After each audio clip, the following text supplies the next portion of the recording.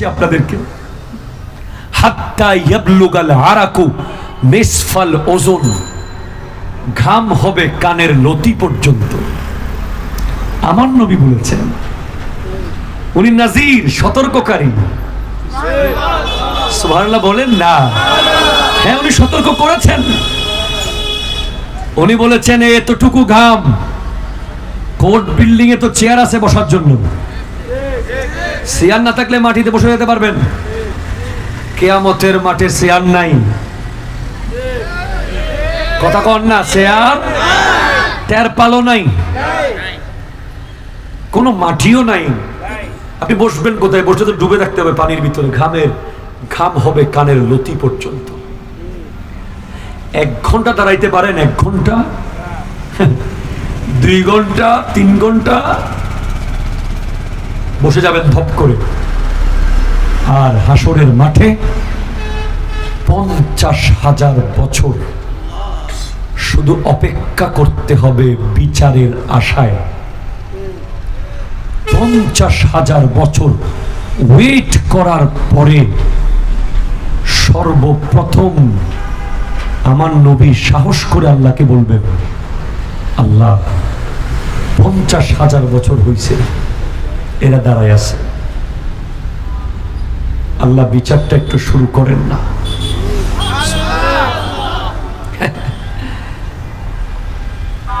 কে আপনাকে এত সহজ করে দিল দুনিয়াদারি? কে আপনাকে বলল কবর এত মজা? কে আপনাকে বলেছে হাসর এত সহজ? কেন দুনিয়া দুনিয়া করছেন? কেন? ইউহিব্বুনা যুনুব ওয়া ইয়ানসাউনা তাওবা। তারা গুনাহকে মহব্বত করবে, তওবা ভুলে যাবে। ইউহিব্বুনাল কুসুর ওয়া ইয়ানসাউনাল কবর। তারা বিল্ডিংকে মহব্বত করবে, কবরকে ভুলে যাবে। এমন যুগ এসে গেছে। এখন আমার আপনার করণীয় কি? আমাদের করণীয় হলো নবী যে সতর্ক করেছেন ওই দলগুলোতে যেন আমরা না থাকি। ঠিক কিনা বলেন না? বলেন না? যারা কবর ভুলে গেছে, বিল্ডিং করছে, তাদের দলে যেন আমরা না থাকি। যারা আখিরাত বলে দুনিয়া করছে, ওই ব্যক্তিদের ভিতরে যেন আমরা না থাকি।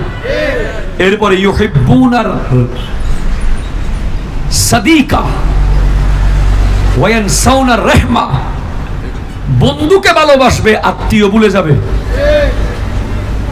রক্ত ভুলে যাবে। ফুফুর খবর নাই, বন্ধু।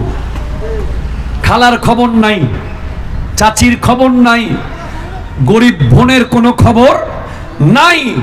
সারাদিন দোস্ত নিয়ে ব্যস্ত। আহা, এই অবস্থা বর্তমানে এসে গেছে। সেজন্য আমার নবী নাজির, সতর্ককারী। আরো জোরে বলেন না ভাই সুবহানাল্লাহ। দরুদ শরীফ আল্লাহুম্মা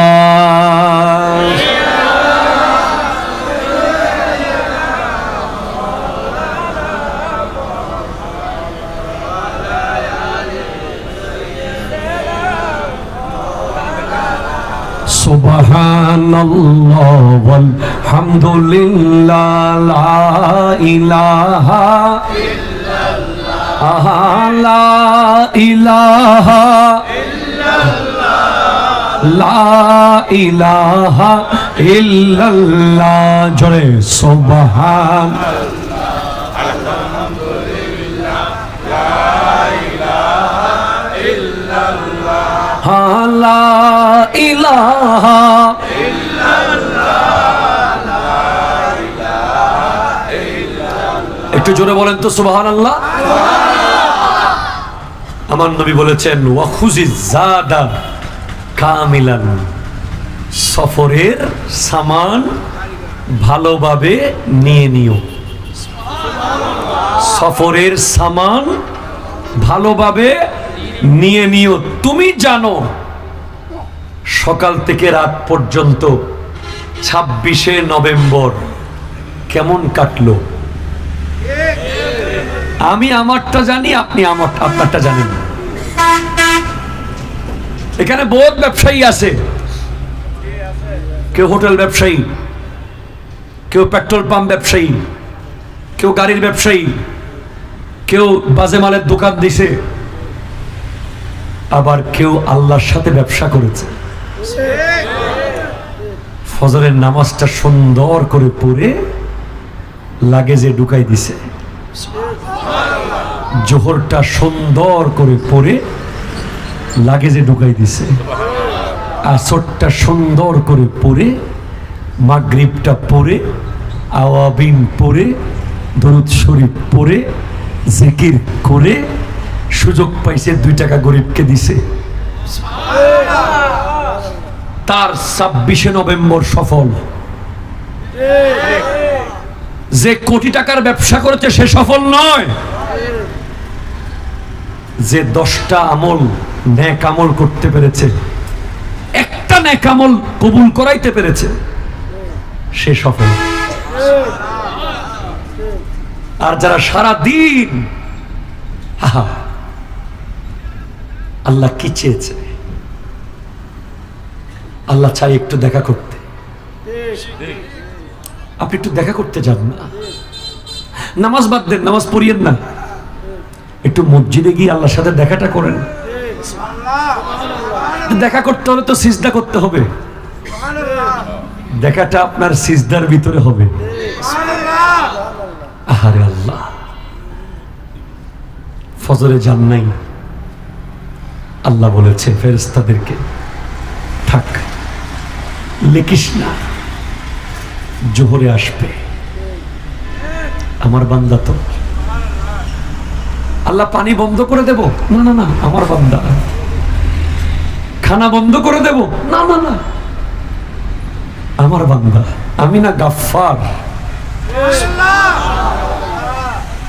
আমি আল্লাহ না ক্ষমাকারী। আল্লাহ দোষগুলো দুনিয়াকে দেখাই দেব? না না না, আমি সাত্তার, রহমতের চাদর দিয়ে ঢেকে রেখেছেন।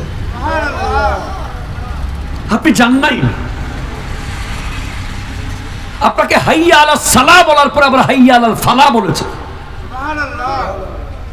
হাইয়া আলাস সালাহ বললে হতো, ফালাহ কেন বললো? আরে তোর লাভের জন্য আয়। আমি আল্লাহকে তুই সিজদা করবি, লাভটা আমার হবে না, তোর হবে। আয়। আপনি জানেন ভাই, আমি আপনাকে বলে যাই, ইম্পর্টেন্ট,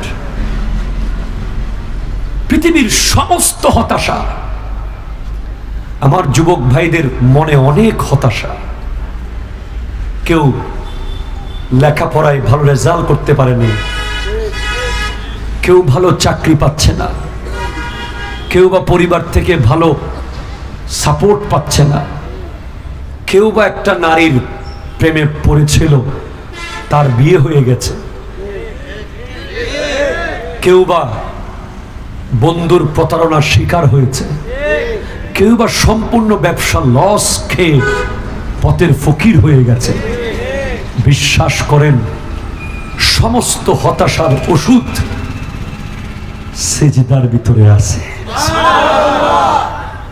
আর কোন মেডিসিন দিয়ে আমি আপনাকে খুশি করতে পারবো না। আমি নিজেই পরীক্ষিত।